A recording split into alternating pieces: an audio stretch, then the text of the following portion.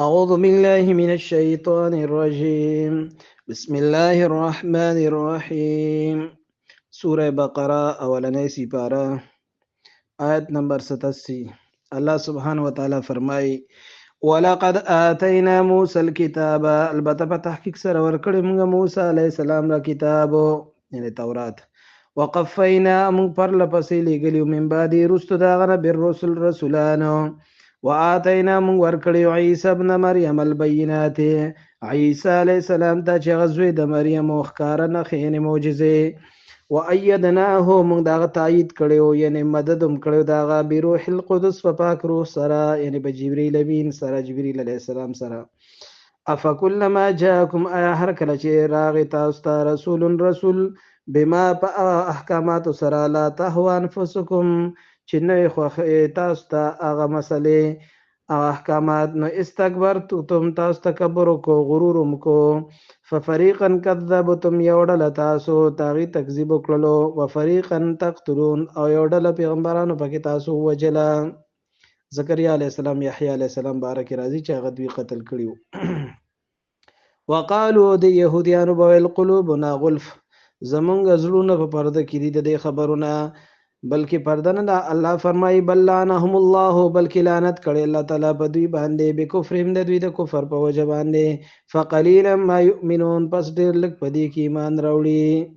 ولما جاءهم هر کله چې راغی دوی ته کتاب من عند الله کتاب د الله د طرف نه داسې کتاب مصدق لما معهم چې هغه تصدیق کړي د هغه کتابونو چې د دوی سره یعنی قرآن راغی او قرآن تصدیق کړي د دې د کتاب د تورات هم او د عیسایانو د انجیل هم.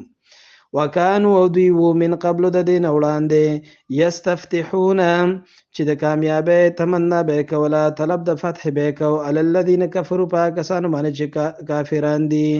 نو فلما جاءهم پس هر کله چې راغی دوی ته ما هغه څه عرفو چې پیژندې یعنی پیغمبر او قرآن چې دي ته پته واخه ورته علم د کفرو به نه انکار وکړو پای سره.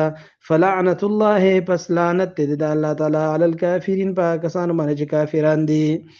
بئس ما اشتروا به انفسهم ډیر بد دي آسه چې دي خرج کړل خپل ځانونه په هغې سره ان یکفرو دا چې هغوی کفر وکړو انکار یې وکړو بما انزل الله دا څه چې الله را نازل کړي قرآن بغیا د وجې د حسد او د بغض د وجې نه او د ضد د وجې نه ان ينزل الله دا چې نازلوي الله تعالی من فضله د خپل فضل د خپل مهربانۍ نه پیغمبري او نبوت علی من یشاء او چاله چې غواړي من عبادي په خپلو بندګانو کې یعنې دا د الله خوښه چاله چې ورکړي.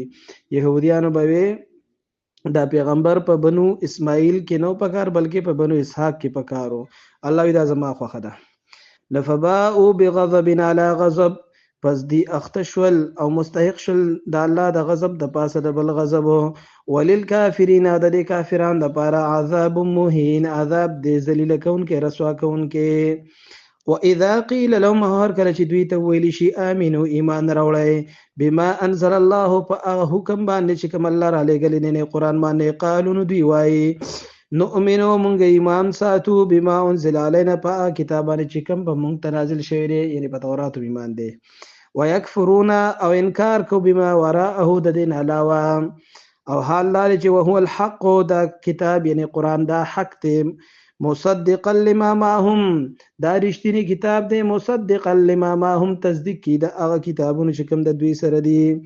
قلت ورته فرمای پیغمبره فلم تقتلون انبیاء الله تاسو ولې وجل د الله پیغمبران د دین وړاندې چې تاسو ځان ته وایي چې موږ سره تورات دی زموږ په هغې باندې ایمان دی او نور نه منو نو تاسو بیا د الله پیغمبران ولې وجل من قبل د دین وړاندې ان کنتم صادقین که چېرې تاسو رښتینې په دې خپله دعوه کې.